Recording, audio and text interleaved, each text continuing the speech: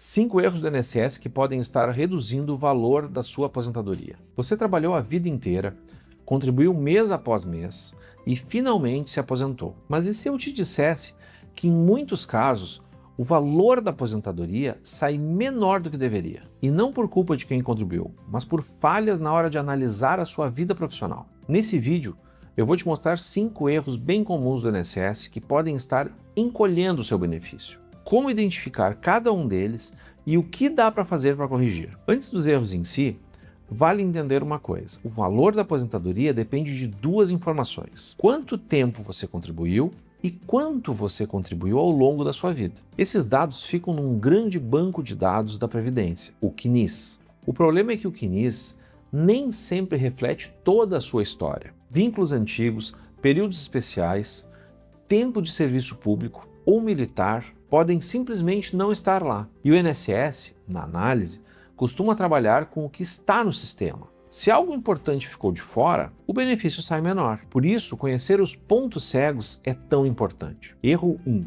Período da carteira de trabalho que não foram computados. O primeiro é o mais frequente. A pessoa tem o vínculo anotado na carteira de trabalho, mas ele não aparece no CNIS, ou aparece pela metade. Isso acontece com muitos empregos antigos, de antes da informatização. A boa notícia é que as anotações da carteira têm presunção de veracidade, ou seja, valem como prova, mesmo que o INSS não tenha o dado lançado. Como identificar? Pegue a carteira antiga e compare período por período com o extrato do INSS. Onde houver diferença, dá para pedir o acerto. Erro 2. Tempo especial reconhecido na Justiça, mas não incluído. O segundo é para quem trabalhou exposto a agentes nocivos, como ruído, calor, produtos químicos. Esse tempo especial muitas vezes só é reconhecido depois de uma ação judicial. Só que ganhar a ação nem sempre significa que o INSS vai recalcular tudo na forma mais vantajosa. Em alguns casos, o benefício é implementado nos limites estritos do que foi pedido. Por isso, depois de uma decisão favorável, vale conferir se o valor que está sendo pago realmente reflete o que a Justiça reconheceu. Erro 3. Vínculos e verbas de uma ação trabalhista. O terceiro, quem ganhou uma reclamatória trabalhista pode ter ali um tempo de contribuição que nunca chegou ao INSS. A sentença trabalhista pode, sim, servir para reconhecer esse período junto à Previdência, mas com uma condição importante: ela precisa ter sido fundada em provas e não apenas num acordo entre as partes. Uma decisão que analisou documentos e testemunhas tem peso.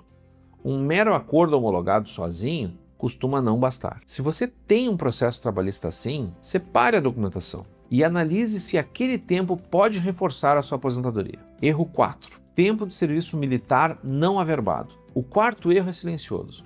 O serviço militar obrigatório conta como tempo de contribuição. Muita gente serviu e nunca pensou que aquele período entraria na conta. Para aproveitar, é preciso pedir a certidão na corporação e averbar no INSS. Pode parecer pouco, 1 ano, 1 ano e meio, mas em situações de transição, quando faltam poucos meses para alcançar uma regra melhor, esse tempo pode ser decisivo. Erro 5. Tempo de serviço público não aproveitado pela CTC. E o quinto, quem trabalhou parte da vida no serviço privado e parte como serviço público tem direito à contagem recíproca. Um tempo de um regime pode ser levado ao outro. O instrumento para isso é a Certidão de Tempo de Contribuição, a CTC.